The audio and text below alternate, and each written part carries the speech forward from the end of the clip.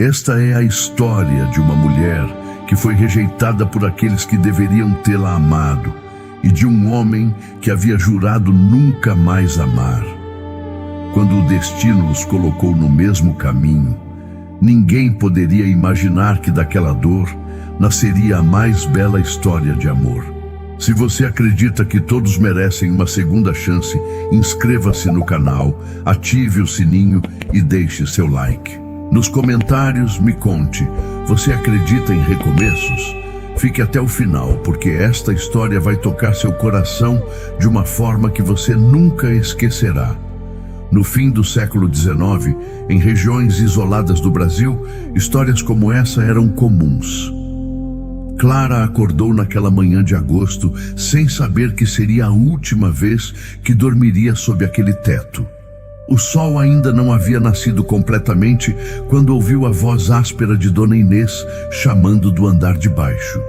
Não era um chamado gentil, nunca era. Era a voz de quem convoca uma empregada, não uma filha. Mas Clara já havia se acostumado com isso ao longo de seus 24 anos de vida. Cada manhã começava igual, com aquele tom impaciente ecoando pelas tábuas velhas da casa, lembrando-a de que sua existência ali era tolerada, jamais celebrada. Levantou-se rapidamente do colchão fino no quartinho dos fundos da venda, o mesmo cômodo onde dormira desde que tinha memória. As paredes descascadas guardavam as marcas de sua infância solitária, pequenos riscos que fizera com carvão quando criança, contando os dias até que algo mudasse. Passou água fria no rosto usando a bacia rachada e prendeu os cabelos escuros em um coque simples, os dedos já conhecendo cada movimento de cor. Não havia espelho ali, nunca houve. Dona Inês dizia que espelhos eram vaidade desnecessária para quem não tinha beleza a zelar. E Clara aprendera a não questionar, a simplesmente aceitar cada palavra como verdade imutável. A venda ficava na entrada da vila, uma construção modesta de 2 andares que servia de comércio e moradia.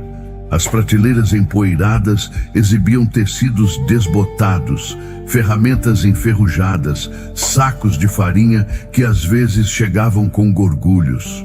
Não era um negócio próspero, mas sobrevivia atendendo os trabalhadores das fazendas próximas e os viajantes ocasionais que passavam pela estrada principal. Seu Genésio, o homem que a encontrara ainda bebê, enrolada em trapos na porta da igreja há 24 anos, havia construído o lugar com as próprias mãos, tijolo por tijolo, sonhando com uma vida melhor que nunca chegou completamente.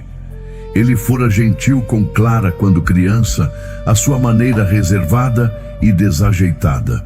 Ensinara-lhe a ler usando jornais velhos que chegavam da capital com semanas de atraso. Mostrava-lhe como conferir trocos, permitia que comesse as frutas amassadas que não serviam para vender.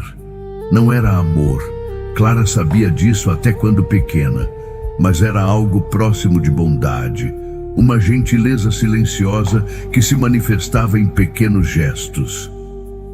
Às vezes, quando Dona Inês não estava por perto, ele até sorria para ela. Um sorriso triste que dizia: sinto muito, mas não posso fazer mais. Dona Inês, porém, sempre deixara claro que aquilo era caridade forçada, um peso que carregava contra sua vontade. Você devia ter ficado onde te deixaram, dizia com frequência, especialmente quando o trabalho não saía perfeito ou quando Clara ousava sorrir alto demais. Sou obrigada a te sustentar, porque meu marido tem coração mole. Mas não pense que isso te faz parte desta família.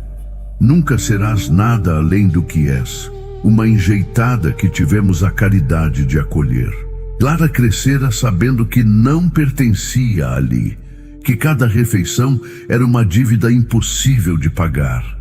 Cada pedaço de teto sobre sua cabeça, uma generosidade que deveria ser retribuída com trabalho dobrado, silêncio perpétuo e gratidão infinita. Aprendera a ser invisível, a antecipar necessidades antes que fossem verbalizadas, a desaparecer nos cantos quando havia visitas, a nunca pedir nada, jamais reclamar, sempre agradecer. Sua vida inteira fora uma longa tentativa de justificar o espaço que ocupava no mundo. E mesmo assim, nunca era suficiente. Quando seu Genésio morreu há 6 meses, vítima de uma febre que nenhum médico soube tratar, tudo piorou. O homem fora o único elo frágil que aprendia aquela casa com alguma semelhança de humanidade.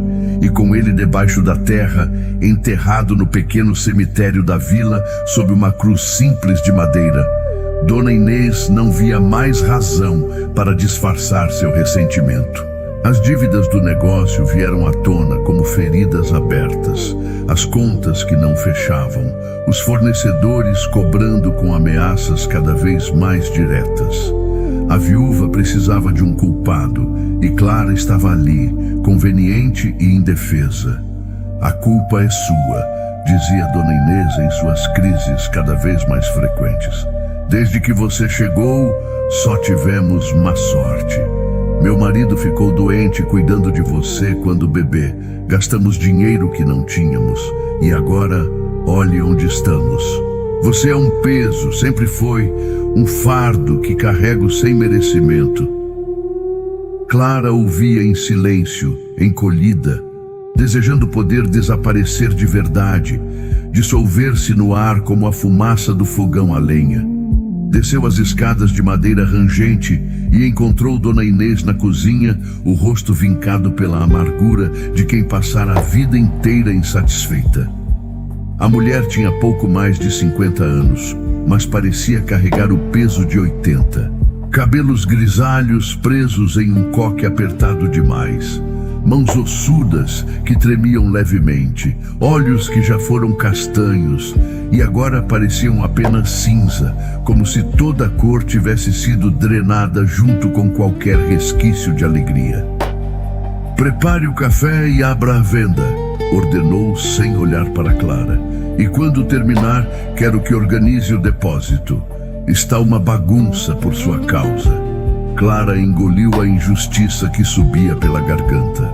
O depósito estava desorganizado, porque Dona Inês insistira em mudar tudo de lugar 3 vezes na semana anterior, procurando coisas que podia vender para pagar dívidas, revirando caixas, espalhando ferramentas. Mas argumentar só pioraria as coisas. Sim, Dona Inês, respondeu baixinho, já se movendo para acender o fogão. O dia transcorreu na rotina que conhecia de cor. Cada movimento automatizado pelo tempo e pela repetição. Atender os poucos clientes que ainda frequentavam a venda, cada vez menos a cada mês. Limpar as prateleiras que acumulavam poeira mais rápido do que mercadorias. Organizar o que não tinha organização possível. Cozinhar com os ingredientes mais baratos. Servir sem esperar agradecimento. Dona Inês passava as horas sentada na cadeira de balanço perto da janela, suspirando alto o suficiente para que Clara ouvisse, comentando sobre como a vida tinha sido injusta com ela. Meu marido me deixou só, com dívidas que não posso pagar, com um negócio que afunda e ainda por cima com você para sustentar. Mais uma boca inútil. Clara fingia não ouvir, mas cada palavra cravava fundo como espinho sob a unha, doendo de formas que não tinham cura. Continuava varrendo, limpando, organizando, como se o trabalho pudesse de alguma forma redimi-la do pecado de existir, do crime de ter sido abandonada e depois recolhida por quem não a queria. Foi no final da tarde, quando o sol começava a atingir o céu de laranja e roxo, que tudo desmoronou. Clara estava varrendo à frente da venda, levantando pequenas nuvens de poeira que dançavam na luz morrente, quando viu Dona Inês conversando com o Sr. Augusto na entrada. O homem era conhecido por toda a região como abutre de propriedades, alguém que comprava terras e negócios de pessoas endividadas, sempre por uma fração do valor real, aproveitando-se do desespero alheio. Era gordo, suado, com olhos pequenos que calculavam lucro em cada olhar. Usava roupas caras, mas mal ajustadas, e tinha o hábito de mascar tabaco que deixava seus dentes manchados de marrom. Dona Inês acenou para Clara se aproximar e havia algo diferente em seus olhos, uma mistura de alívio e crueldade que fez o estômago de Clara revirar. O sorriso no rosto da mulher era artificial, colado como máscara, e isso assustava mais do que os insultos costumeiros. Clara, disse Dona Inês, sua voz adocicada de forma que soava grotesca, chegou a hora de você seguir seu próprio caminho. Você já é uma mulher crescida, já está mais do que na hora de buscar sua vida. O senhor Augusto aqui se ofereceu para comprar a venda, e com esse dinheiro poderei quitar minhas dívidas e recomeçar. Mas para isso, para que o negócio seja fechado adequadamente, preciso que a casa esteja livre, completamente livre. Clara piscou, o mundo parecendo desacelerar ao redor, sem entender completamente o que aquelas palavras floridas escondiam. Livre, repetiu, a voz saindo fina, quase infantil. Sem você, explicou Dona Inês, e agora cada palavra era escolhida para ferir, afiada como faca de açougue. Você não é minha filha, nunca foi. Foi uma obrigação que carreguei por 24 longos anos, apenas por insistência do meu falecido marido, que Deus o tenha. Ele já se foi, que descanse em paz, e eu não tenho mais motivos, nem meios, nem vontade de sustentar a filha de ninguém. Você precisa entender, Clara, cada um precisa cuidar de si neste mundo cruel. O mundo pareceu girar, as cores se esmaecendo, o chão fugindo sob os pés de Clara. Ela segurou-se no batente da porta, as pernas fraquejando, o peito apertando como se alguém tivesse amarrado cordas ao redor de suas costelas. Mas, Dona Inês, a voz saiu embargada, eu não tenho para onde ir, não tenho ninguém, nenhum lugar, nada. A senhora sabe disso, sempre soube, e eu tenho culpa disso? A voz da mulher estava fria agora, sem fingimento, sem máscaras, apenas crueldade pura. Deviam ter te deixado na igreja mesmo, onde te encontraram. Pelo menos lá, os padres sabem lidar com abandonados, têm caridade de verdade. Eu fiz mais do que devia, muito mais. Te dei teto e comida por 24 anos, quando não tinha obrigação nenhuma. Agora é hora de cada um cuidar de si, de cada um seguir seu rumo. Você é jovem, pode trabalhar, pode se virar, não é problema meu. Clara sentiu lágrimas queimarem atrás dos olhos, mas forçou-as a não cair, prendeu-as com toda a força que tinha. Não daria a Dona Inês a satisfação de vê-la chorar, de vê-la quebrar completamente. Já havia dado tudo a essa mulher. Anos de trabalho silencioso, submissão total, cada pedaço de dignidade. Não daria também suas lágrimas.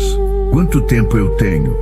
Sua voz saiu mais firme do que esperava, e isso a surpreendeu, como se houvesse dentro dela uma força que desconhecia. Até amanhã ao amanhecer. Leve só o que é seu, que não deve ser muita coisa.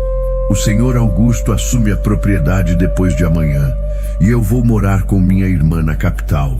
Não há lugar para você lá, então nem pense em pedir. Este é o fim, Clara. O fim de tudo isso. Clara assentiu, porque que outra coisa poderia fazer? Que opção tinha, além de aceitar mais essa rejeição, mais essa expulsão? Subiu lentamente para seu quartinho, cada degrau pesando como montanha, a visão embaçada, o peito apertado, os ouvidos zumbindo. Olhou ao redor do espaço minúsculo que fora seu mundo inteiro. inteiro, as paredes descascadas, o colchão fino, a janela pequena que mal deixava a luz entrar. Não havia muito para levar, de fato. 2 mudas de roupa remendadas tantas vezes que mais tinha remendo que tecido original. Um chale desbotado que diziam ter pertencido à mãe que nunca conheceu. Uma Bíblia pequena com páginas amareladas que seu Genésio lhe dera anos atrás. E a certidão de batismo que provava sua existência, mesmo que não provasse seu pertencimento, seu valor, seu direito de existir. Passou a noite sem dormir, sentada na beira do colchão duro, olhando pela janela pequena para as estrelas que piscavam indiferentes no céu infinito. Pela primeira vez na vida, Clara se permitiu sentir raiva. Raiva de verdade. Não apenas a resignação mansa que cultivara durante anos. Raiva de quem a abandonara, bebê na porta de uma igreja, embrulhada em trapos como se fosse lixo.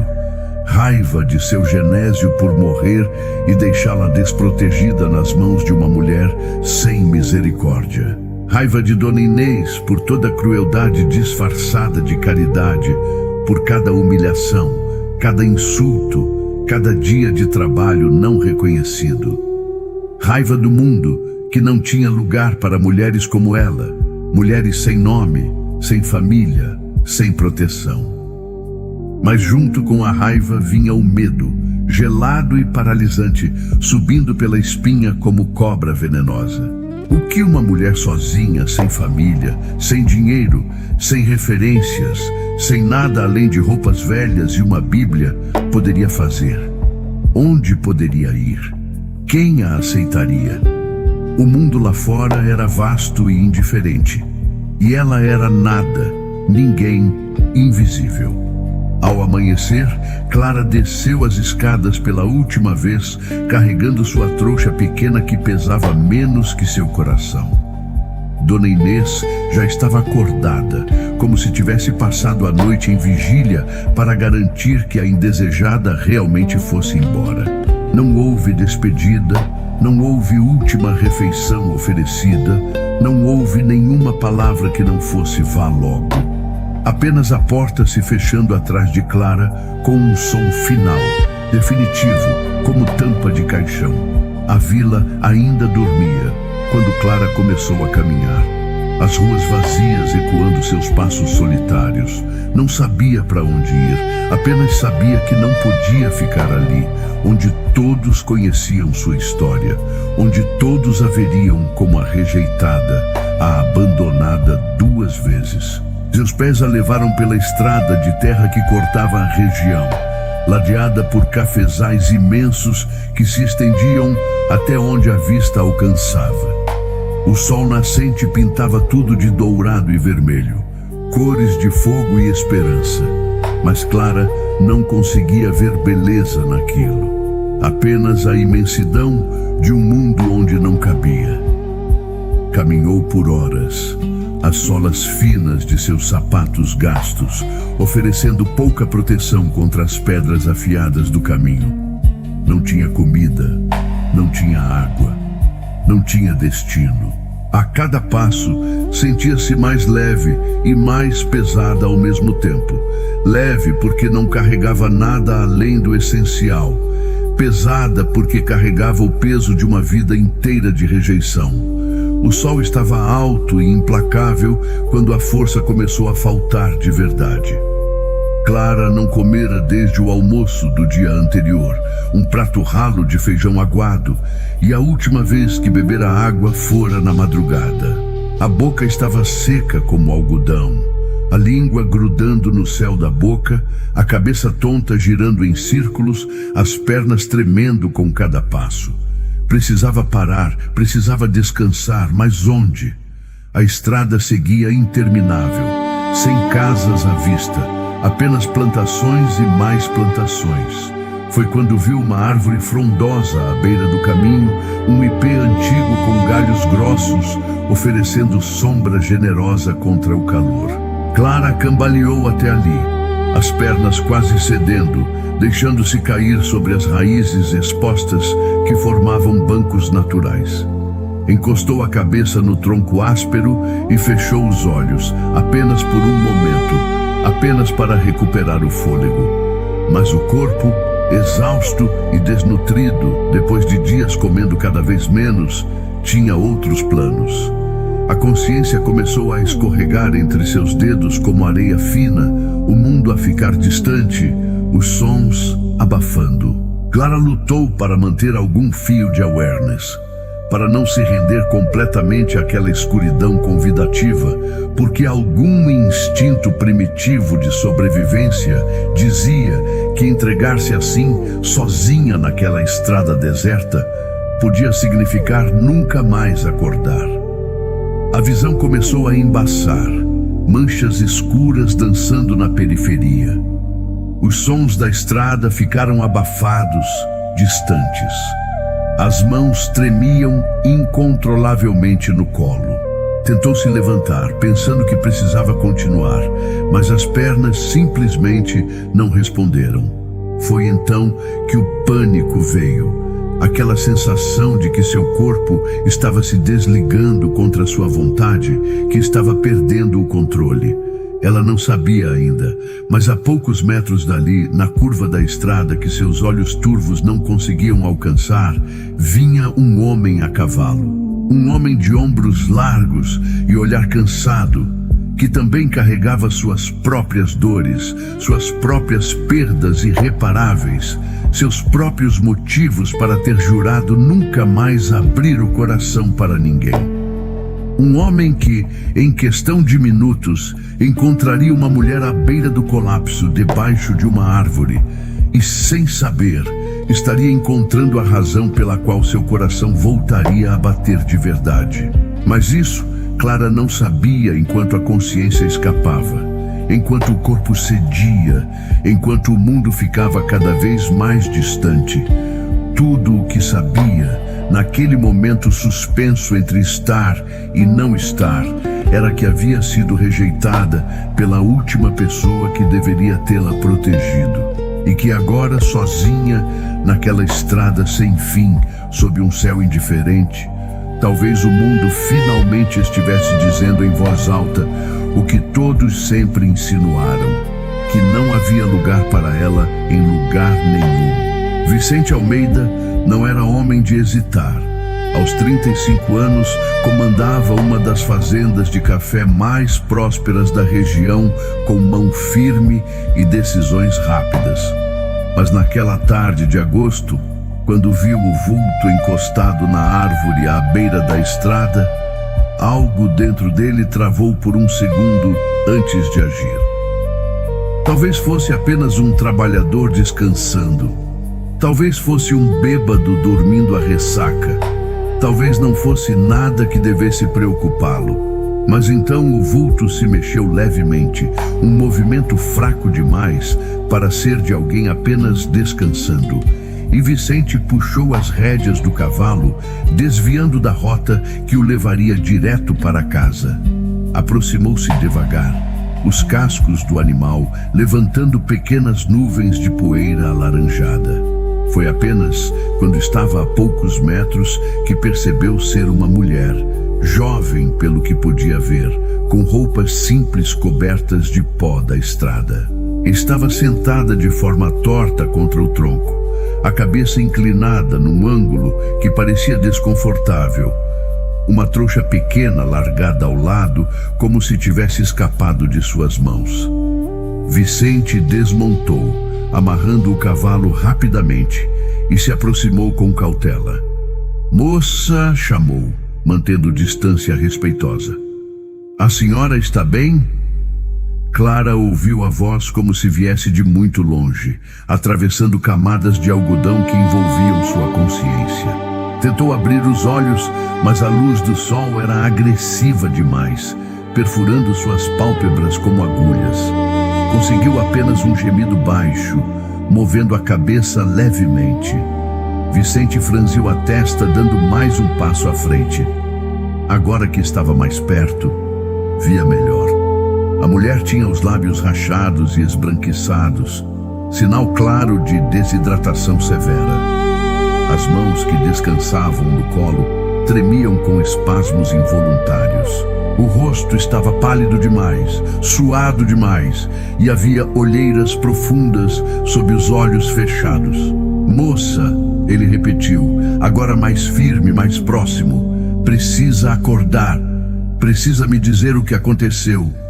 Clara forçou os olhos a abrir e o mundo surgiu desfocado, manchas de luz e sombra que demoraram a se formar em algo reconhecível. Quando finalmente conseguiu focar, viu um homem agachado à sua frente. Alto, ombros largos, cabelos escuros, levemente grisalhos nas têmporas, olhos de um castanho profundo que a observavam com algo entre preocupação e desconfiança. Usava roupas de montaria de boa qualidade, botas de couro bem cuidadas, e havia nele um ar de autoridade natural de quem estava acostumado a mandar e ser obedecido. Água. Clara conseguiu sussurrar, a voz saindo rouca, quase inaudível. Por favor, água. Vicente não hesitou desta vez. Voltou até o cavalo, pegou o cantil de couro que sempre carregava preso à sela e retornou, ajoelhando-se ao lado dela. Devagar, disse, inclinando o cantil até seus lábios. Beba devagar ou vai passar mal. Clara obedeceu, cada gole parecendo despertar células que haviam começado a desistir. A água estava morna, mas para ela era melhor que qualquer vinho, melhor que qualquer coisa que já havia provado. Bebeu com avidez até que Vicente afastou gentilmente o cantil. Chega por agora, mas daqui a pouco. Ele a estudou com atenção clínica, notando cada detalhe, a palidez excessiva, os tremores, a fraqueza muscular evidente. Há quanto tempo está sem comer? Clara tentou pensar, mas o tempo havia se tornado confuso, elástico. Desde ontem, acho. Talvez mais, não sei ao certo. E sem beber? Bebi de manhã cedo, antes de sair. Faz horas. Vicente calculou mentalmente. O sol estava começando a descer. Deviam ser umas 4 da tarde. Se ela saíra de manhã cedo e não bebera nada além de água ao amanhecer, eram pelo menos 8, 9 horas sob aquele sol de agosto, sem nada no estômago.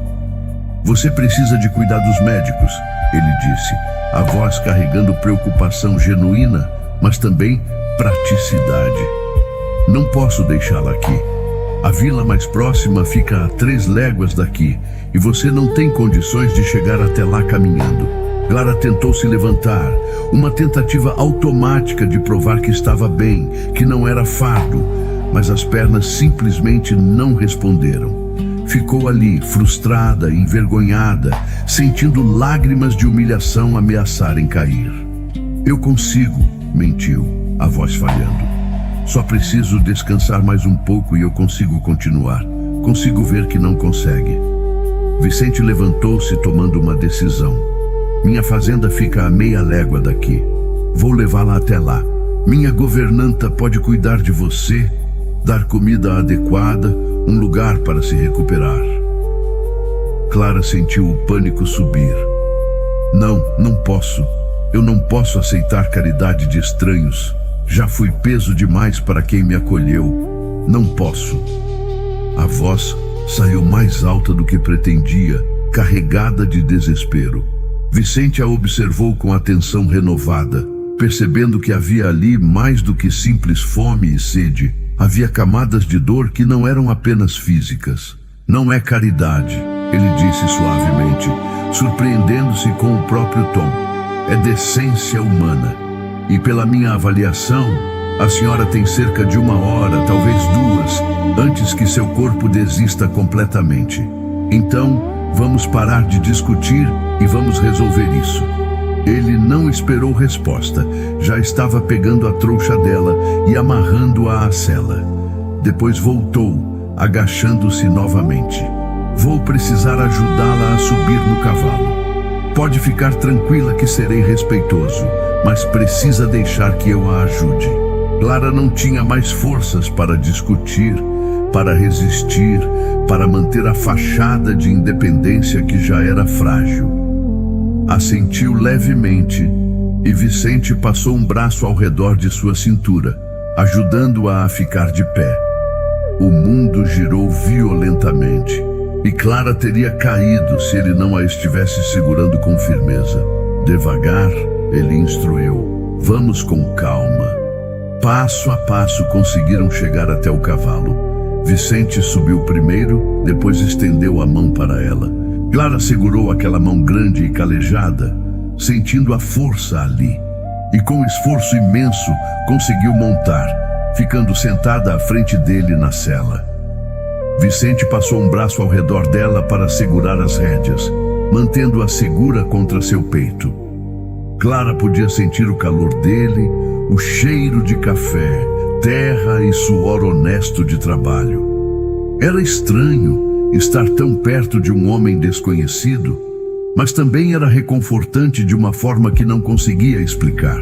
Havia solidez nele, segurança, algo que ela nunca sentira antes. Como se chama? Vicente perguntou enquanto guiava o cavalo a trote leve, tentando não sacudi-la muito. Clara, ela respondeu. Clara, apenas Clara. Vicente notou a ausência de sobrenome, mas não comentou. Eu sou Vicente Almeida. Esta é minha terra. Ele fez um gesto abrangente para os cafezais que se estendiam ao redor. Moro aqui com minha filha e alguns empregados. Clara mal estava registrando as palavras, o corpo cedendo ao cansaço, agora que não precisava mais lutar. A cabeça pesou contra o peito de Vicente e ela sentiu a consciência escorregar novamente. Fique acordada, Clara, ele disse, a voz mais próxima agora, perto de seu ouvido. Já estamos quase lá, só mais um pouco. Fique comigo. Ela lutou para obedecer, forçando os olhos a permanecerem abertos, focando na paisagem que passava. Viram os cafezais darem lugar a jardins cultivados. Depois, uma casa grande surgiu à vista. Era imponente sem ser ostensiva, 2 andares de arquitetura colonial, paredes brancas, janelas grandes com venezianas de madeira escura, um alpendre amplo na frente. Havia beleza ali, mas também uma tristeza indefinível, como se a casa estivesse apenas cumprindo função sem alegria, existindo sem viver de verdade.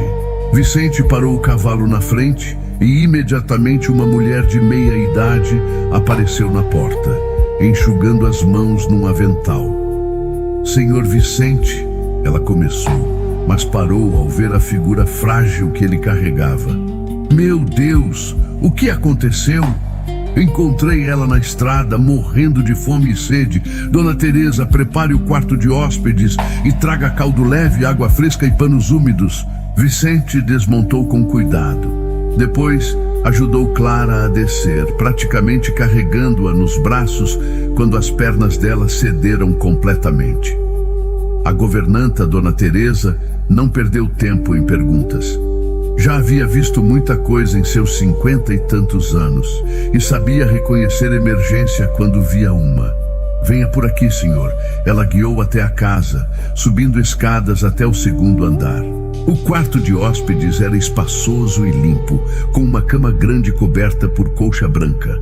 Móveis simples, mas de qualidade. Vicente depositou Clara na cama com cuidado. E ela afundou naquele conforto como quem afunda em nuvem depois de anos dormindo em pedra. Vou buscar o que é preciso. Dona Teresa saiu rapidamente. Vicente ficou ali por um momento, olhando para aquela mulher que salvara sem pensar 2 vezes. Ela estava de olhos fechados novamente, mas respirando de forma mais regular agora que estava deitada. Havia algo no rosto dela, mesmo marcado pelo sofrimento, que tocava algo dentro dele que pensara estar morto. Não era atração, não exatamente. Era algo mais profundo, mais indefinível. Era reconhecimento, talvez. de uma dor espelhada, de uma solidão compartilhada sem palavras. Clara, ele chamou suavemente. Clara abriu os olhos com esforço. Você está segura aqui, ele disse, e havia sinceridade absoluta naquelas palavras. Ninguém vai machucá-la, ninguém vai expulsá-la. Descanse, recupere suas forças.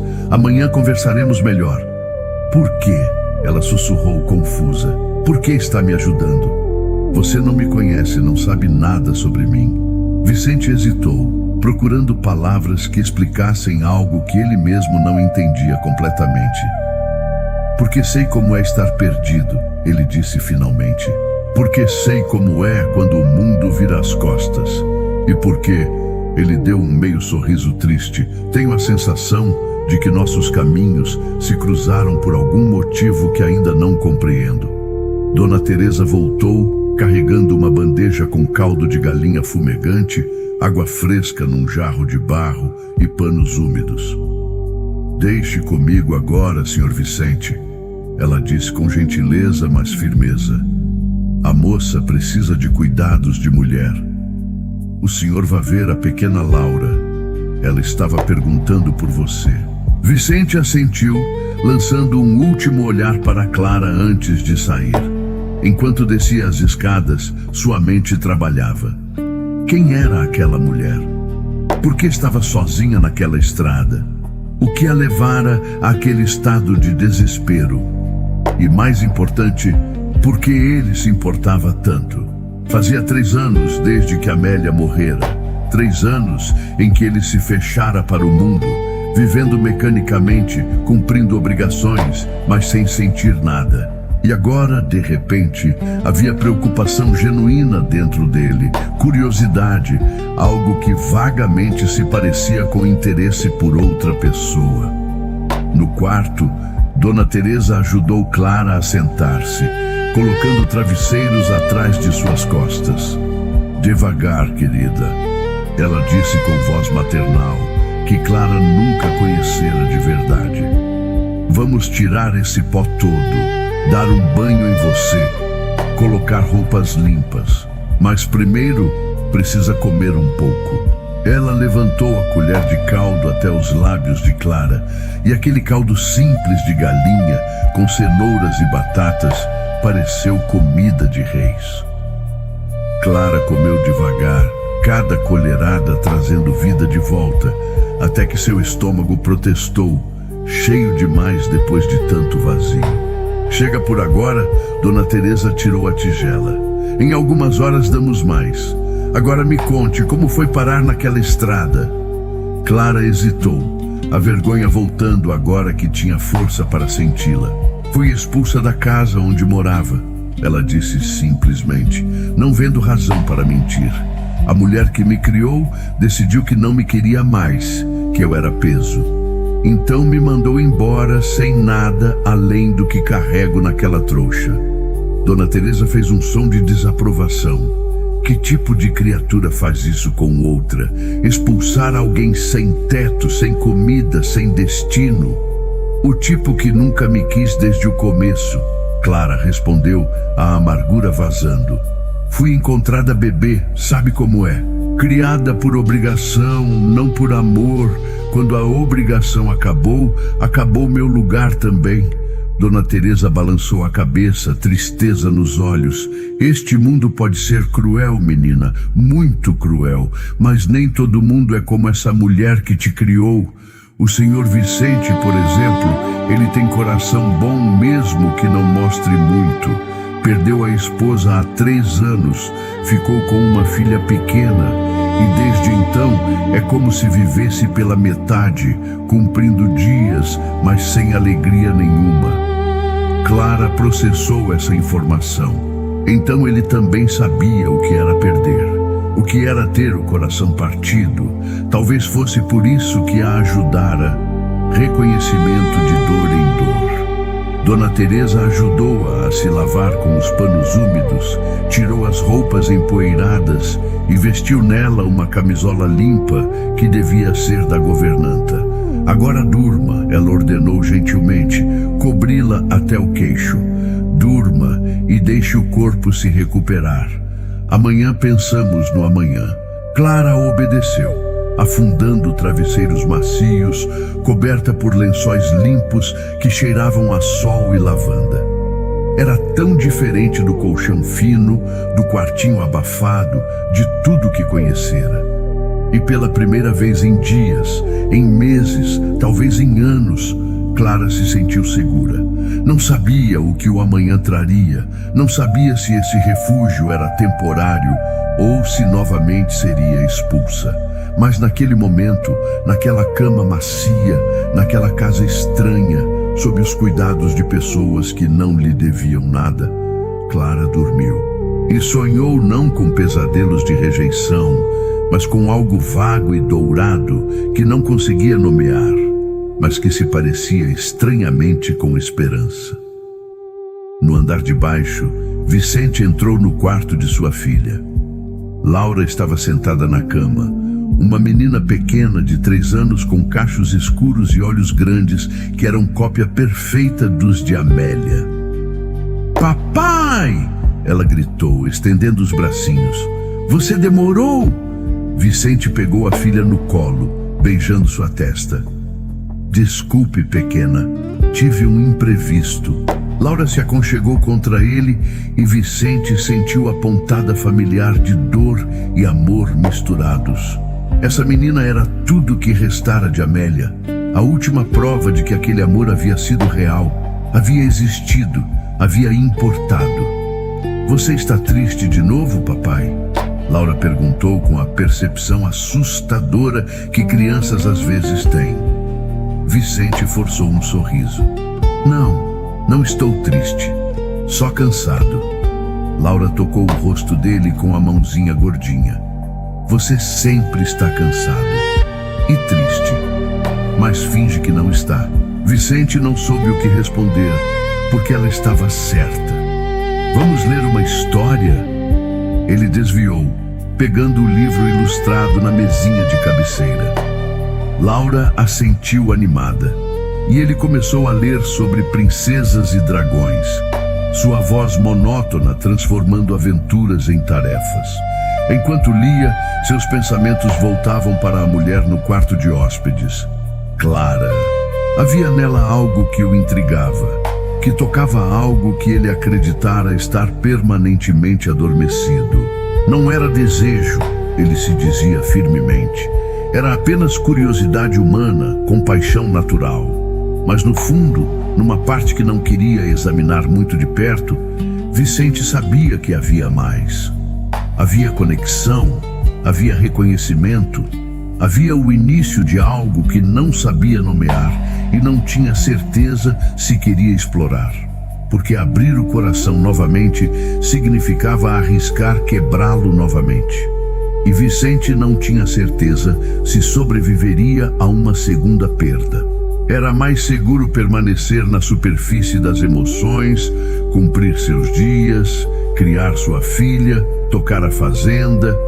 Era mais seguro não sentir nada profundo, nada real, nada que pudesse doer. Mas enquanto colocava Laura para dormir, beijando sua testa e apagando a lamparina, Vicente não conseguia parar de pensar na mulher do quarto de hóspedes. E alguma parte dele, pequena mas insistente, sussurrava que talvez segurança fosse superestimada. Que talvez viver pela metade não fosse realmente viver. Que talvez, apenas talvez, aquele encontro na estrada fosse o universo dando a ambos uma segunda chance que não sabiam que precisavam. Clara acordou lentamente, como quem emerge de um sono profundo demais. A primeira coisa que percebeu foi o conforto. Não o colchão fino e irregular que conhecera a vida inteira, mas algo macio, acolhedor, que parecia abraçar seu corpo cansado. A segunda coisa foi o cheiro lavanda e sabão, limpo e fresco de uma forma que nunca experimentara.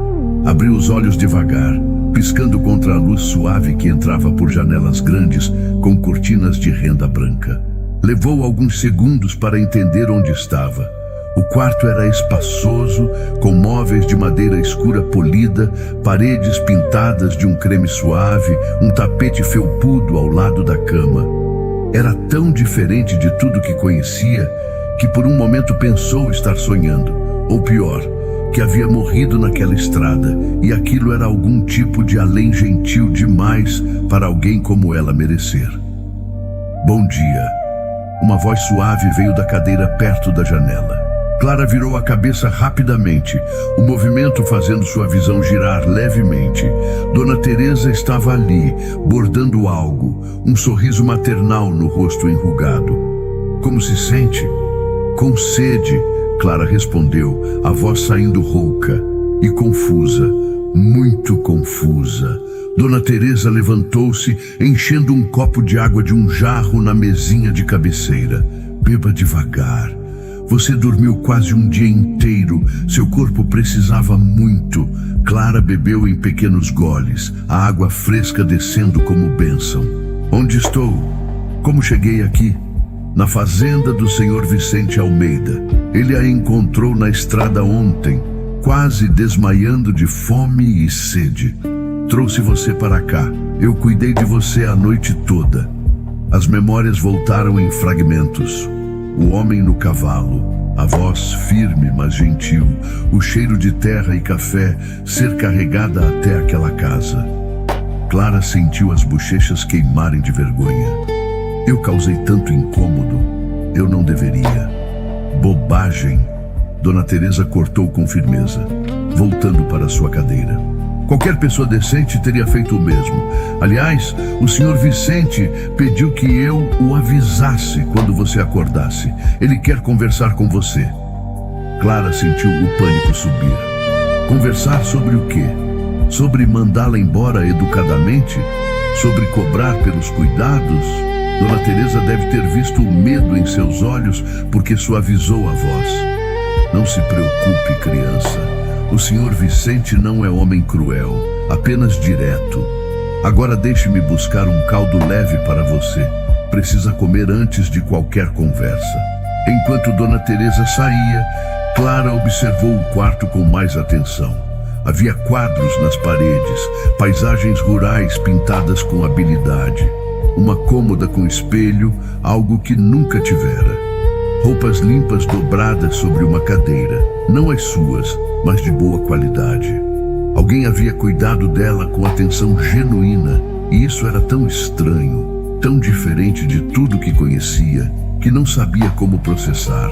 Dona Teresa voltou com uma bandeja, um caldo de galinha fumegante que fez o estômago de Clara roncar alto. Devagar, a governanta a alertou, servindo com uma colher. Seu estômago não vai gostar se você comer rápido demais. Clara obedeceu, cada colherada trazendo força de volta ao corpo. Dona Teresa, ela perguntou hesitante, por que o Sr. Vicente me ajudou? Ele não me conhece, não sabe nada sobre mim. Podia ter apenas passado direto. A governanta suspirou, baixando a colher. O Sr. Vicente é um bom homem que passou por muita dor. Perdeu a esposa há 3 anos no parto. Ficou com uma filha pequena, que é frágil de saúde. Desde então, é como se vivesse pela metade, cumprindo obrigações, mas sem alegria nenhuma. Talvez viu em você algo que o tocou, uma chance de fazer diferença quando se sente tão impotente em sua própria dor. Clara processou isso, imaginando o peso que aquele homem carregava. Ele tem uma filha? Quantos anos? 3 anos, a pequena Laura. Linda como um anjo, mas temperamento difícil.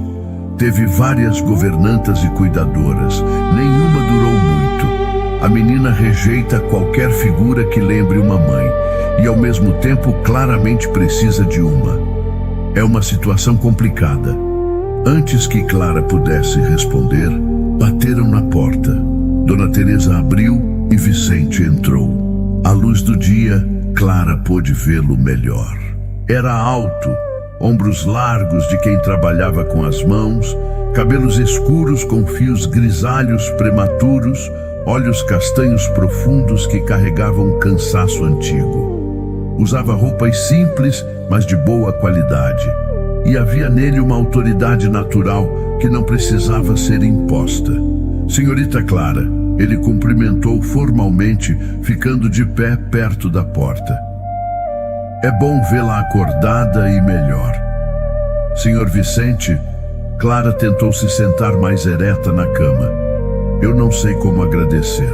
O Senhor salvou minha vida e eu não tenho como retribuir. Não precisa retribuir nada, ele disse, mas havia algo em sua voz, uma hesitação, como se houvesse mais a dizer. Dona Teresa, pode nos dar licença?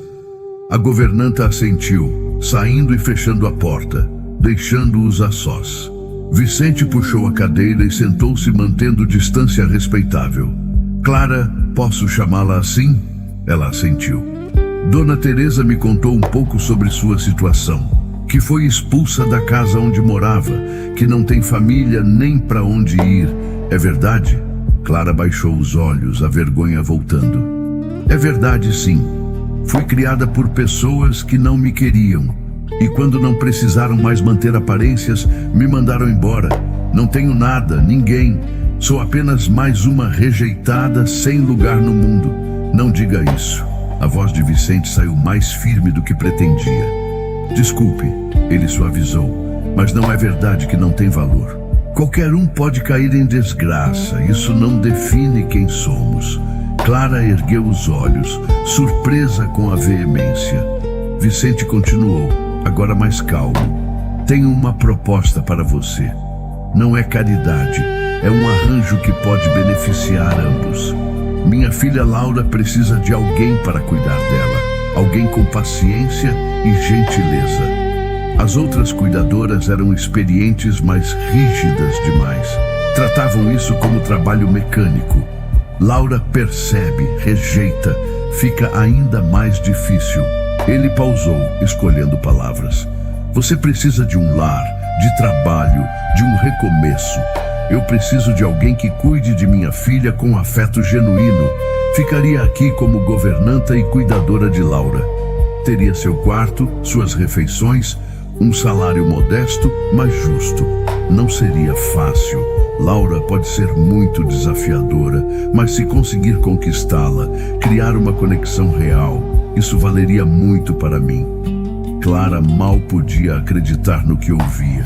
Uma proposta de trabalho real, com teto e comida garantidos, tratamento digno, parecia bom demais para ser verdade, e toda a sua vida a ensinara que quando algo parece bom demais, geralmente tem uma armadilha escondida. Por que eu? Ela perguntou, desconfiança transparecendo. O senhor não me conhece, não sabe se sou confiável, se sei cuidar de crianças, se não vou roubar seus pertences e fugir na primeira oportunidade.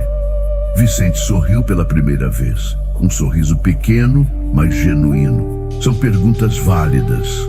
Quanto a roubar, não tenho preocupação.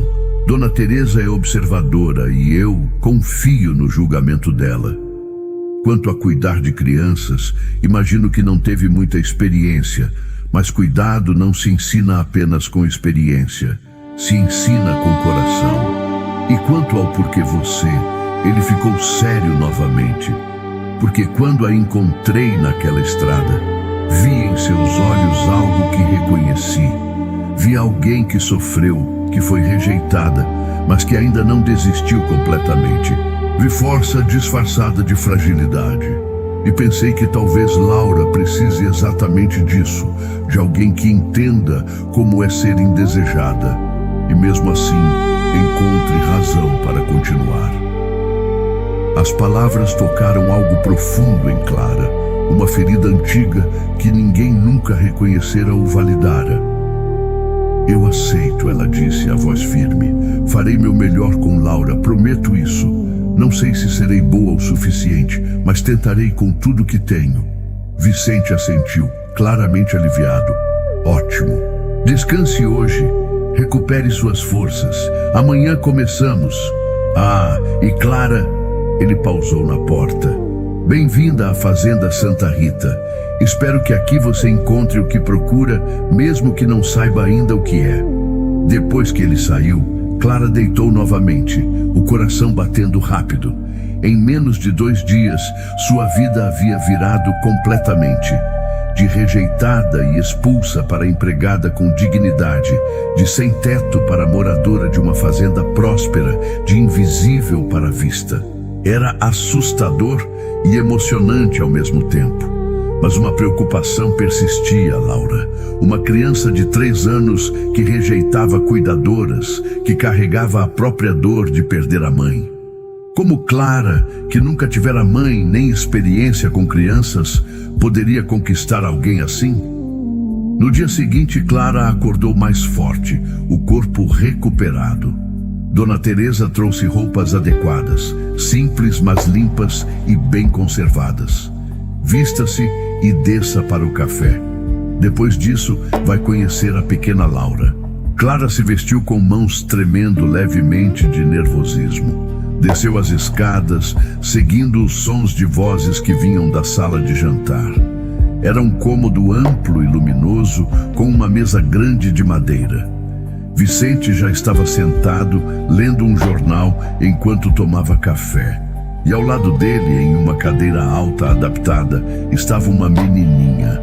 Laura era pequena para seus 3 anos, com cachos escuros que emolduravam um rosto de porcelana. Tinha olhos grandes e castanhos, iguais aos do pai, mas havia neles uma tristeza que não deveria existir em alguém tão jovem.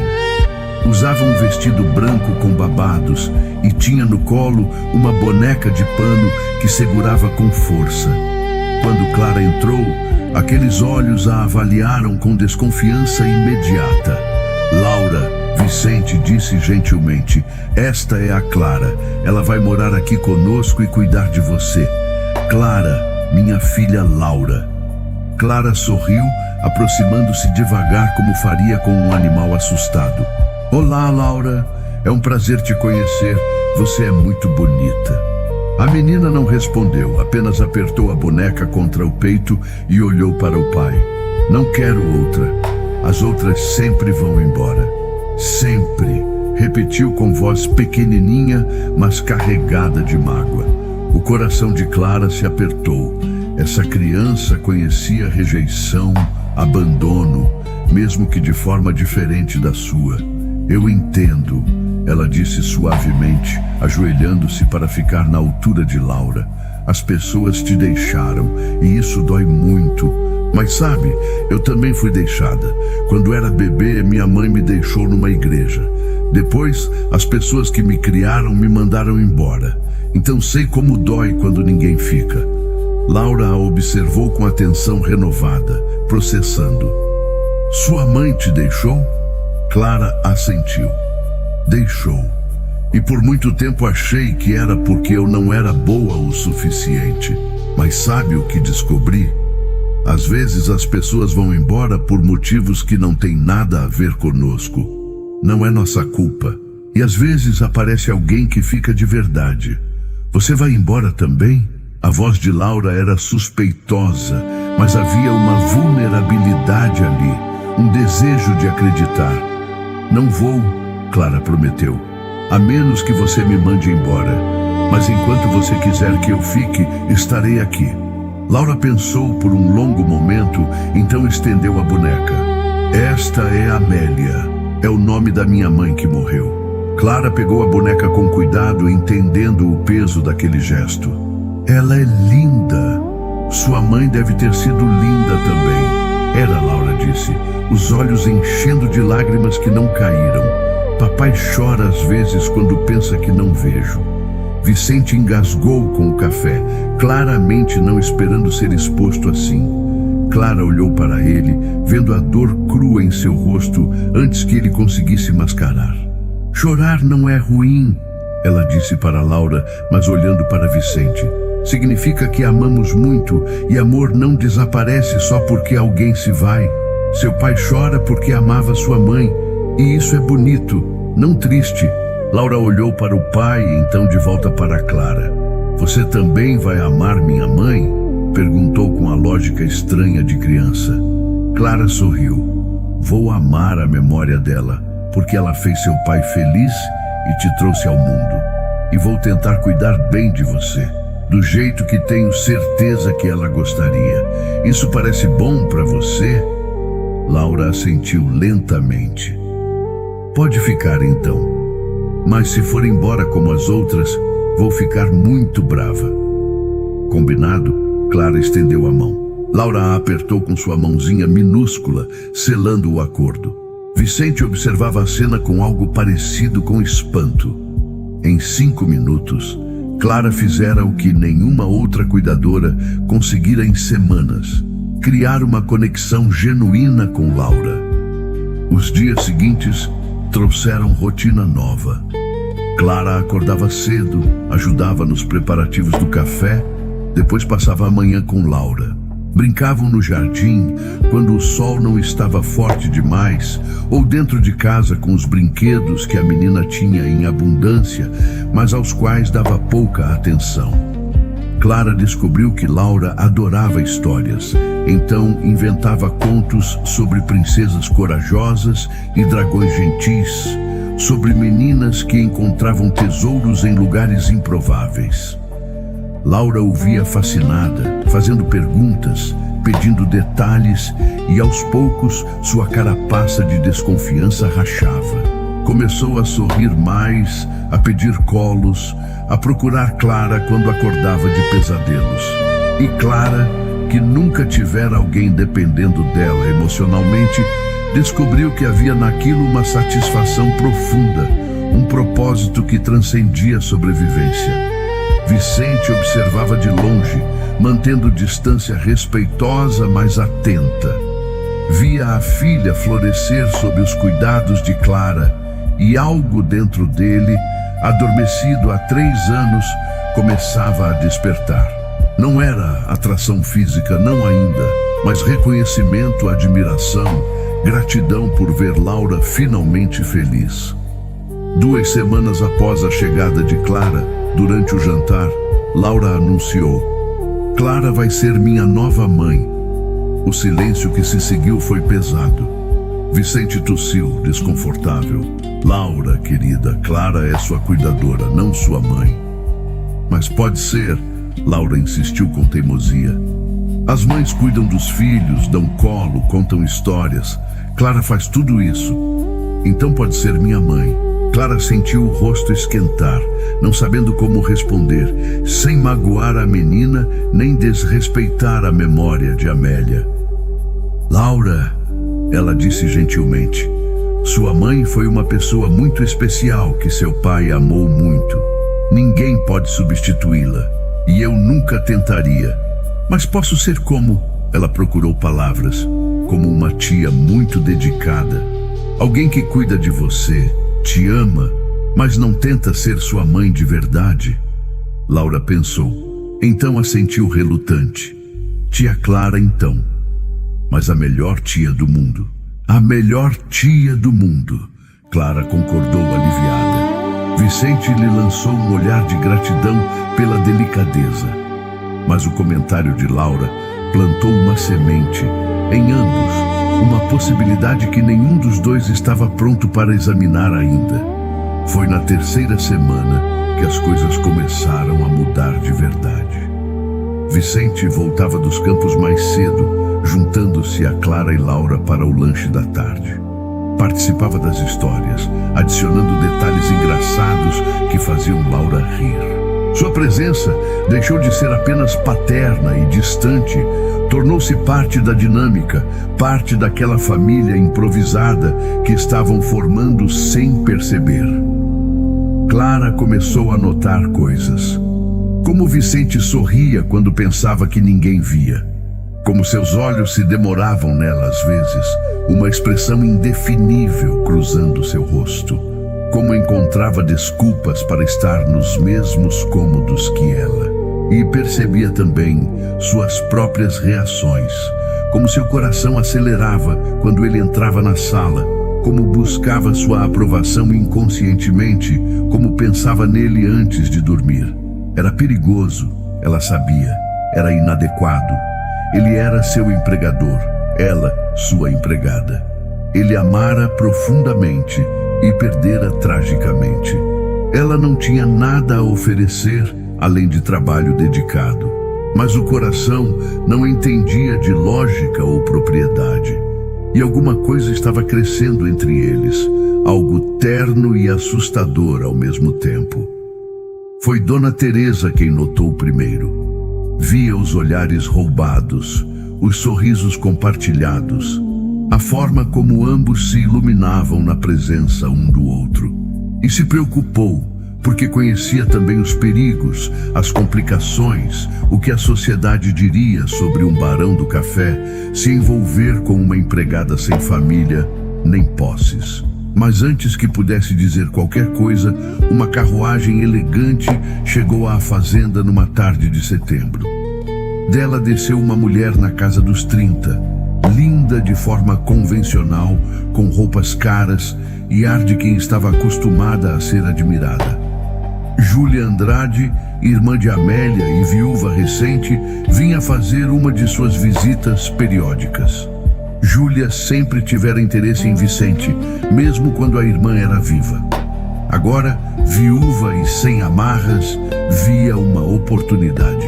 Mas quando entrou na casa e viu Clara brincando com Laura, viu como Vicente olhava para elas com expressão suave. Algo torceu dentro dela. Ciúme, possessividade, ameaça. Vicente, ela cumprimentou efusivamente, beijando ambas as bochechas. Como você está? E Laura, minha sobrinha querida? Ela ignorou Clara completamente, como se fosse parte da mobília. Vicente fez as apresentações formais. Júlia, esta é Clara, a nova governanta e cuidadora de Laura. Clara, Júlia é irmã de minha falecida esposa. Ah, Júlia deu um sorriso frio, olhando Clara de cima a baixo, outra governanta. Quantas já foram, Vicente? 5, 6? Espero que esta dure mais que as anteriores. Havia veneno nas palavras, disfarçado de preocupação gentil. Clara vai ficar, Laura declarou, agarrando a mão de Clara. Ela me ama de verdade. As outras não amavam. Que fofo, Júlia disse, mas os olhos eram de gelo. Crianças se apegam tão facilmente, não é? E se desapegam também. Vicente sentiu a tensão. Júlia, você vai ficar para o jantar? Claro, por isso vim. Temos muito que conversar, muitas decisões importantes sobre o futuro. Ela lançou um olhar significativo para Clara ao dizer isso, deixando claro que futuro não incluía empregadas. O jantar foi desconfortável. Júlia monopolizava a conversa, lembrando constantemente de Amélia, de como eram próximas, de como ninguém conhecia Vicente tão bem quanto ela. Lançava farpas sutis sobre Clara, questionava suas qualificações, insinuava que Laura parecia pálida, talvez não estivesse sendo bem cuidada. Vicente defendia Clara educadamente, mas firmemente, o que só aumentava a animosidade de Júlia. Quando Laura foi dormir, Júlia finalmente revelou suas intenções. Vicente, precisamos conversar seriamente. Você está sozinho há 3 anos, Laura precisa de uma figura materna adequada. E eu, bem, também estou sozinha. Amélia gostaria que eu cuidasse de vocês. Sempre fomos próximos, você e eu. Faz sentido, não acha? Vicente ficou sem palavras. Júlia, você é irmã de Amélia. Isso não seria estranho? Estranho seria você se envolver com alguém completamente inadequado. Ela olhou significativamente para a direção onde Clara havia ido. Alguém sem posição, sem família, sem nada a oferecer além de cuidados básicos. Você precisa pensar em Laura, em seu futuro, na reputação desta família. As palavras atingiram como flechas envenenadas. Vicente percebeu que Júlia vira o que ele mal admitia para si mesmo, que estava começando a sentir algo por Clara. E pior, ela estava tocando em medos reais, preocupações legítimas sobre propriedade social e futuro de Laura. Júlia, Eu agradeço sua preocupação, mas minhas decisões sobre minha vida e de Laura são minhas. Não estou procurando substituir Amélia, e certamente não estou procurando complicar as coisas com... Ele parou, percebendo a armadilha. Com nada, completou fracamente. Júlia sorriu, sabendo que havia plantado dúvida. Apenas pense no que disse. Amélia confiaria em mim com sua família. Pode confiar nisso. E com isso, ela se retirou para o quarto de hóspedes, deixando Vicente atormentado com pensamentos que não queria ter. No corredor, escondida nas sombras, Clara havia ouvido tudo e pela primeira vez desde que chegara, questionou se ficar era realmente o certo. Se seu crescente afeto por Vicente não era inadequado. Se Júlia não tinha razão, que Laura merecia mais do que uma governanta sem passado. Talvez amar de longe fosse seu destino, sempre. Talvez pertencer nunca fosse realmente possível para alguém como ela. Os dias seguintes à chegada de Júlia foram de tensão crescente. A mulher não partiu após uma noite como seria esperado de uma visita cortês, mas prolongou sua estadia com desculpas variadas. Precisava supervisionar alguns assuntos da herança de Amélia. Queria passar mais tempo com a sobrinha. A viagem de volta era cansativa demais para fazer com pressa. Mas todos sabiam a verdade. Ela estava ali para marcar território, para garantir que Clara entendesse seu lugar e para reconquistar Vicente. Júlia era sutil em sua crueldade. Nunca insultava Clara diretamente na frente de Vicente, mas encontrava momentos a sós para soltar farpas envenenadas. Uma manhã, encontrou Clara arrumando flores no hall. Que arranjo interessante, comentou com desdém estudado. Claro que alguém de sua origem não teria aprendido sobre arranjos florais adequados. Na casa da minha irmã, sempre usávamos rosas, nunca essas flores campestres comuns. Clara mordeu a língua, não respondendo. Dar atenção aos insultos seria dar a Júlia exatamente o que queria. Outra tarde, enquanto Clara ajudava Laura com um quebra-cabeça, Júlia interrompeu. Laura, querida, sua tia Júlia trouxe um presente especial para você. Era uma boneca cara, importada, com vestido de seda e cabelos de verdade. Laura olhou educadamente, mas sem real interesse. Obrigada, tia Júlia, mas prefiro brincar com a Clara agora. O rosto de Júlia escureceu por um segundo antes de recompor a máscara de gentileza. Claro, querida, mas lembre-se, empregadas vêm e vão, família fica para sempre.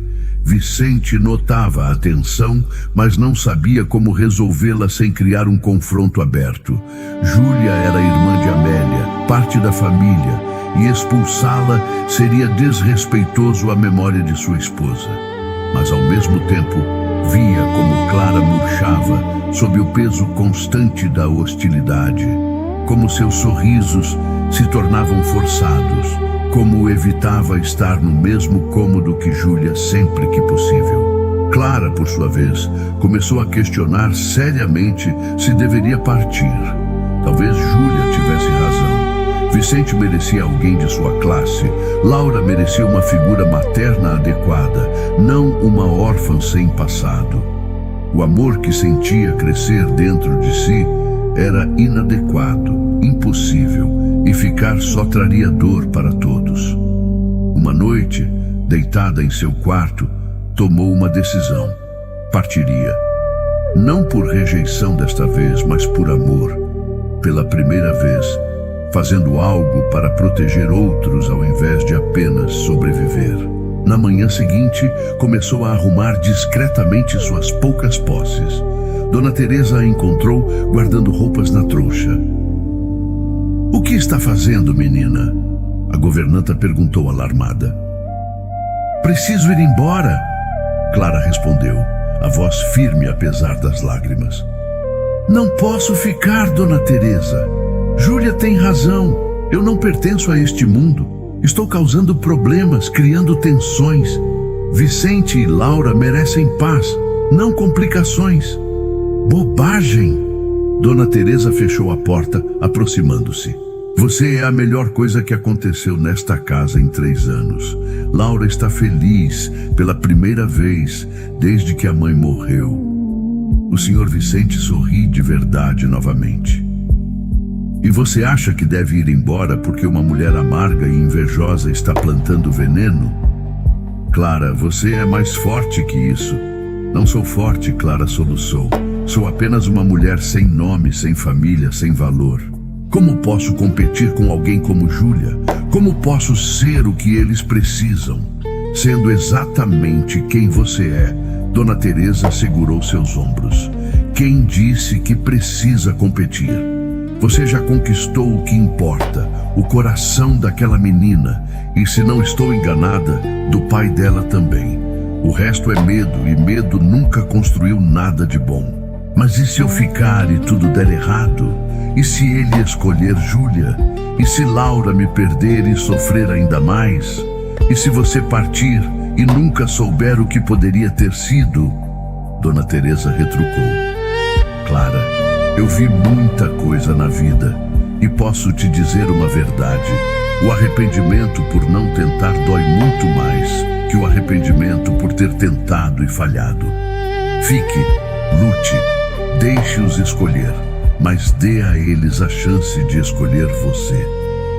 As palavras tocaram algo profundo em Clara. Toda a sua vida havia sido definida por outros, rejeitada por outros, moldada por vontades alheias. Talvez fosse hora de parar de fugir, de aceitar a narrativa que outros escreviam sobre ela. Talvez fosse hora de lutar pelo que queria, mesmo que a batalha parecesse impossível. Vou ficar, ela disse finalmente. Vou ficar e deixar que decidam. Mas se Vicente escolher Júlia, vou partir com dignidade, não com amargura. Dona Teresa sorriu, aliviada. Essa é a Clara que eu conheço. Agora desarrume essa trouxa e desça para o café. Tem uma menininha esperando por você. Clara obedeceu, descendo com determinação renovada. Encontrou Laura já sentada à mesa e Vicente lendo correspondências.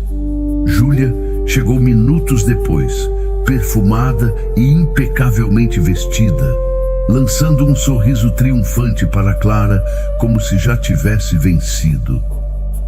Vicente, querido, Júlia começou. Pensei que poderíamos dar um passeio a cavalo hoje, como fazíamos antigamente. Lembra das nossas cavalgadas com Amélia? Eram tempos tão felizes. Preciso trabalhar hoje, Vicente respondeu sem erguer os olhos das cartas. A colheita está próxima e há muito a organizar. Mas Júlia não desistia facilmente. Então, esta noite, um jantar especial, apenas nós dois. Podemos falar sobre o futuro, sobre possibilidades. Vicente finalmente a olhou, e havia algo em seus olhos que Clara não conseguiu decifrar. Júlia, acho que precisamos ter uma conversa. Clara sentiu o estômago apertar. Lá vinha a escolha, a decisão que mudaria tudo. Sim, precisamos, Júlia concordou confiante. Há muito tempo desejo ter essa conversa. Dona Teresa pode levar Laura para o jardim? Vicente pediu. E Clara, você também pode ficar. Isso te diz respeito.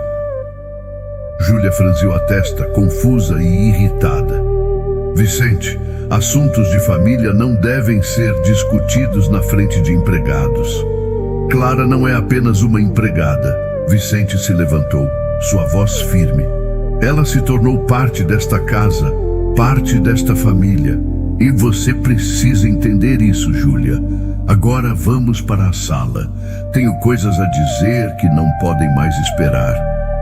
Na sala, Vicente ficou de pé perto da janela, olhando para os cafezais antes de falar.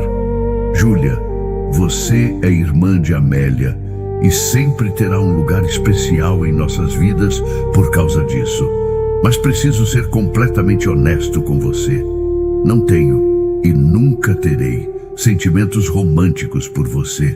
A Amélia era minha esposa, meu amor, e quando ela morreu, pensei que aquela parte de mim havia morrido também. Júlia empalideceu, mas tentou interromper. Vicente, você está confuso, ainda de luto. Não estou confuso. Ele cortou gentilmente, mas com firmeza. Estou, pela primeira vez em 3 anos, vendo as coisas claramente. Amélia se foi, e nada que eu faça trará ela de volta. Posso honrar sua memória, ensinar Laura sobre quem ela foi, mas não posso viver como fantasma pelo resto da vida. E você, Júlia, merece alguém que te ame pelo que é, não por ser irmã de quem eu amei. Mas nós faríamos sentido, Júlia protestou, a compostura começando a rachar. Mesma classe, mesma educação, mesma família. Laura me conhece, me aceita. E eu? Ela olhou para Clara com desprezo. Eu não sou alguma qualquer sem nome ou sobrenome que apareceu do nada. Cuidado com suas palavras. A voz de Vicente ficou perigosa. Clara tem mais nobreza em uma unha do que muitos, com sobrenomes pomposos, têm no corpo inteiro. Ela salvou minha filha de uma solidão que eu não sabia como curar. Ela trouxe luz de volta para esta casa. E sim, Júlia, eu tenho sentimentos por ela. Sentimentos que não planejei, não busquei, mas que não posso mais negar. O mundo parou para Clara. Ele acabara de confessar sentimentos por ela, na frente de Júlia, arriscando escândalo e julgamento social. Vicente se virou para ela agora, seus olhos intensos. Clara, eu sei que isso é inadequado por todos os padrões convencionais. Você trabalha para mim, a diferença de classe, a sociedade falaria. Mas percebi algo nas últimas semanas. Percebi que convenções sociais não me aqueceram nas noites frias, não fizeram minha filha sorrir, não trouxeram cor de volta ao mundo. Você fez tudo isso. Ele deu um passo em direção a ela. Não estou pedindo que você corresponda a meus sentimentos. Não tenho esse direito, mas preciso que saiba que eles existem, que você é vista, valorizada, desejada, não como empregada, mas como mulher extraordinária que é. Clara não conseguia falar, as lágrimas escorrendo livremente agora. Júlia fez um som de desgosto. Isto é ridículo. Vicente, você está se rebaixando, manchando a memória de minha irmã com esta fantasia absurda. A memória de sua irmã é sagrada para mim, Vicente disse firmemente. Mas minha irmã não está mais aqui, e eu estou. Laura está, Clara está.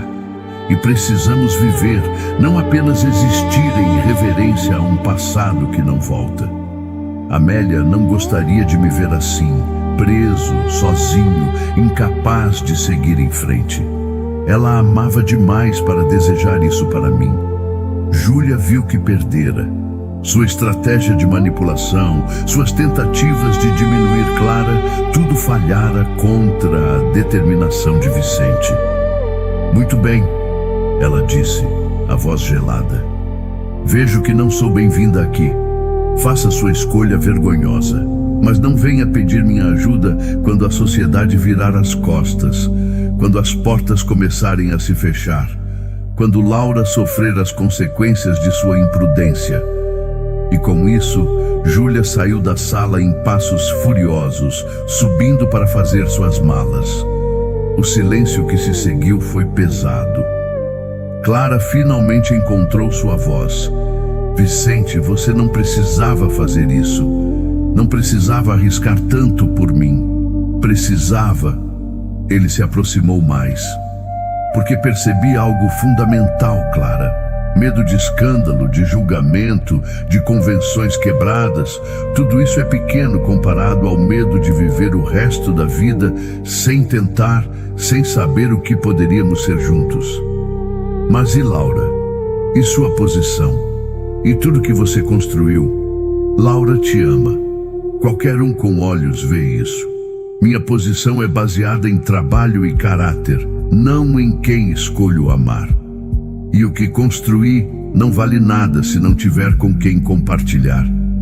Ele pegou suas mãos. Clara, não estou pedindo uma resposta agora.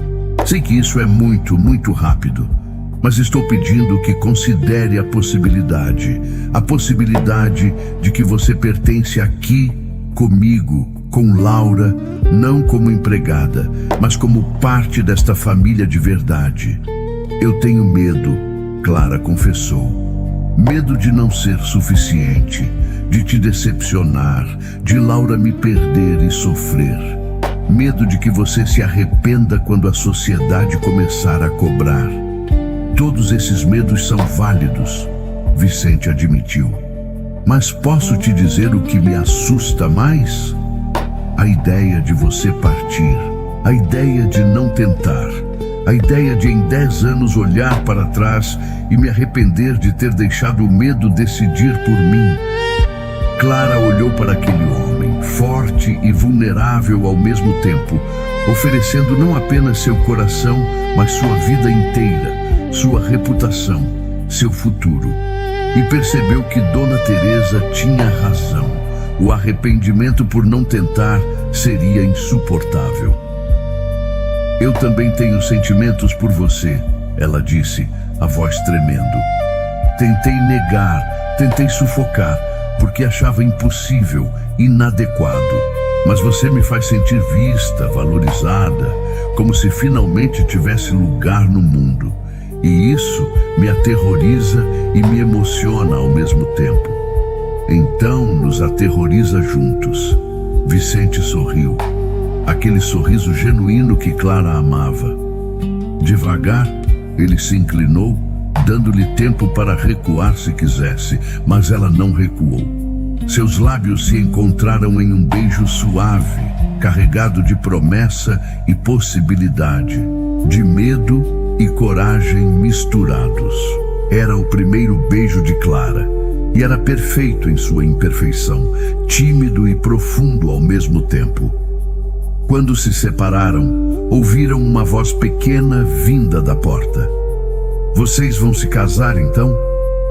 Laura estava ali, Dona Teresa atrás dela tentando sem sucesso parecer que não estava observando.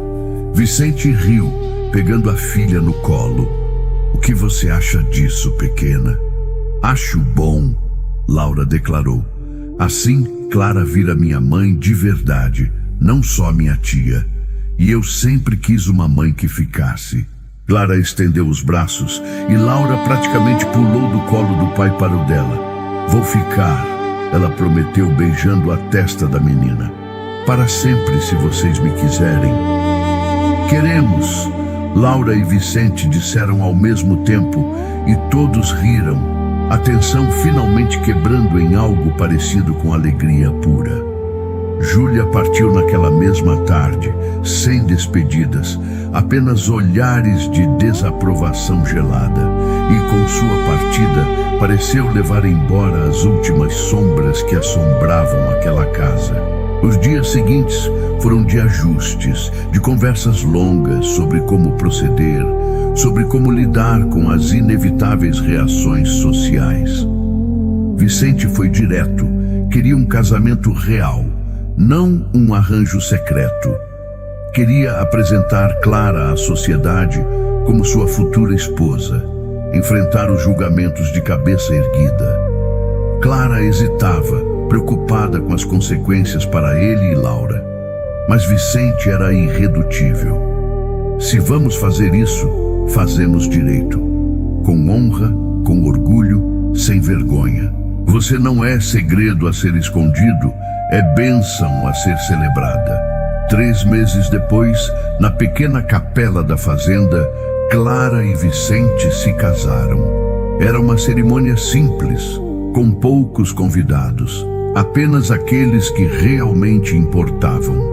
Dona Teresa chorava abertamente, orgulhosa como se Clara fosse filha de sangue.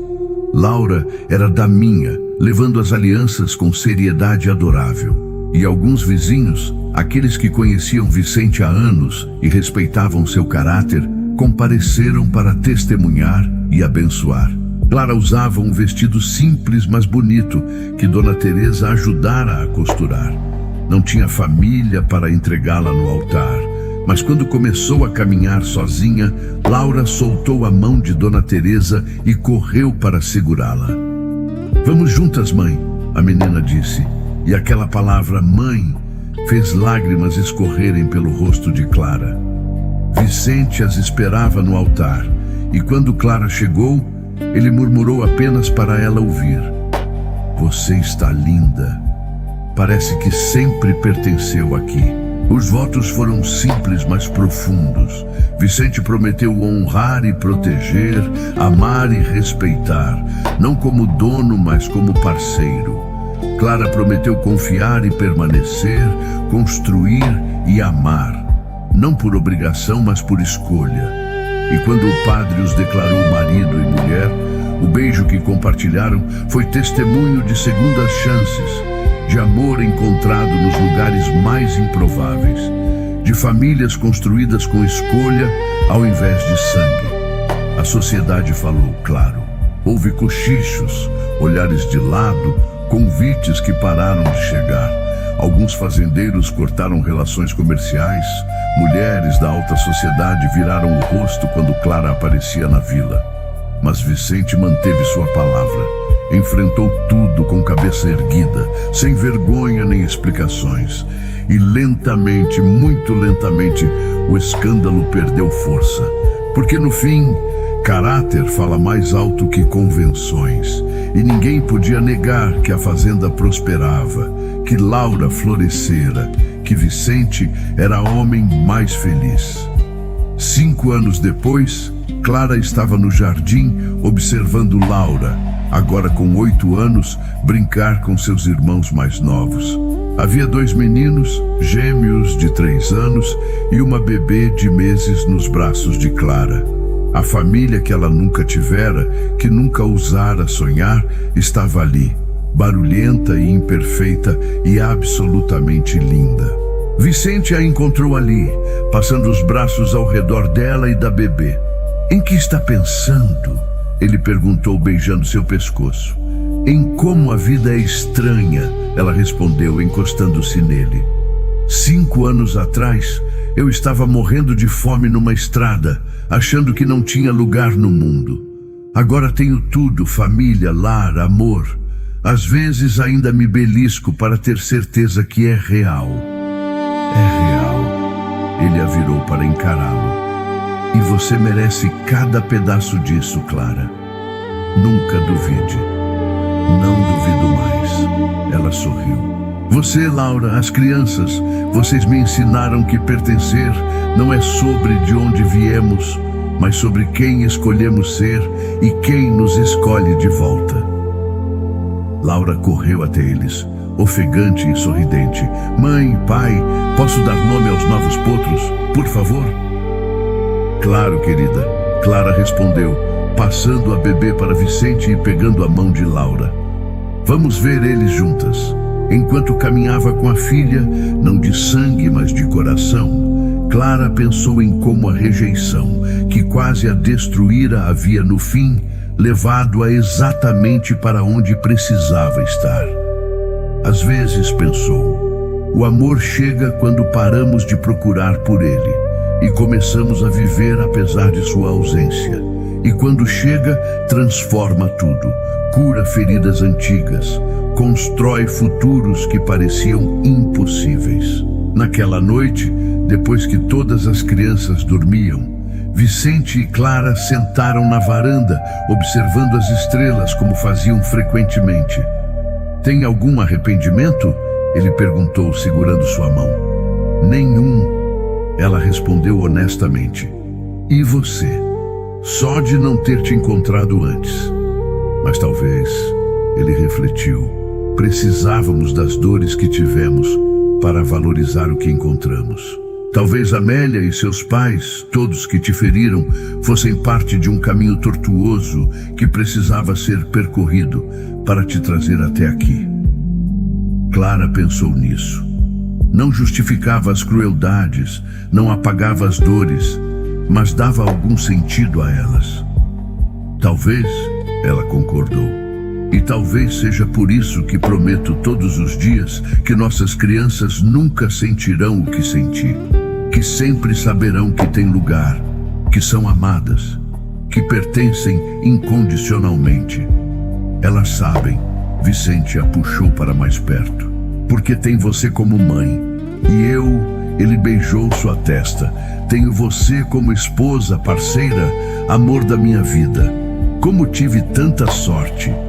Não foi sorte, Clara disse suavemente. Foi escolha. Você escolheu me ver quando eu era invisível. Escolheu me valorizar quando eu era descartável. Escolheu me amar quando eu achava não merecer amor. E eu escolhi confiar, escolhi ficar, escolhi acreditar que talvez, apenas talvez, eu merecesse algo bom. Vicente sorriu no escuro. Então, seguimos escolhendo. Todos os dias, em cada momento, escolhemos isso. Escolhemos nós. Escolhemos nós, Clara repetiu. E aquelas duas palavras continham tudo: promessa e presente, passado superado e futuro construído. Ali, sob as estrelas que testemunharam tantas dores e agora testemunhavam tanta alegria, Clara finalmente entendeu uma verdade fundamental. Ela não fora rejeitada porque não tinha valor, fora rejeitada porque as pessoas certas ainda não haviam entrado em sua vida. E quando entraram, quando Vicente a encontrou naquela estrada, quando Laura a aceitou, quando Dona Teresa a defendeu, tudo mudou. Porque pertencimento não é sobre ser perfeita ou adequada, é sobre ser amada pelo que se é, com todas as imperfeições e histórias dolorosas incluídas. E naquela fazenda, cercada por cafezais que floresciam, por filhos que riam, por um marido que a escolhia todos os dias, Clara finalmente pertencia. Não por ter mudado quem era, mas por ter encontrado quem a amasse exatamente como era. E esse, descobriu, era o único tipo de pertencimento que importava. O que vinha não de esforço desesperado por aceitação, mas de amor livremente dado e recebido. A rejeição moldara quem ela era, mas o amor definira quem se tornara. E a mulher que se tornara era forte, amada e finalmente completamente em paz. E assim, Clara, a menina que foi encontrada e rejeitada, a mulher que não tinha nada além de sua coragem, encontrou não apenas um lar, mas uma família que a escolheu todos os dias.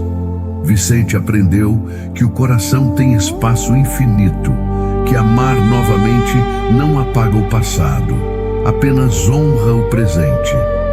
E Laura descobriu que mães não são apenas aquelas que nos dão a luz, mas aquelas que escolhem nos amar incondicionalmente. Às vezes, as histórias mais bonitas nascem das maiores dores, e os amores mais verdadeiros florescem quando paramos de procurar aprovação e começamos a aceitar quem realmente somos. Se esta história tocou seu coração, compartilhe com alguém que precisa acreditar em recomeços. E lembre-se, você também merece ser escolhido, ser amado, pertencer. Até a próxima história.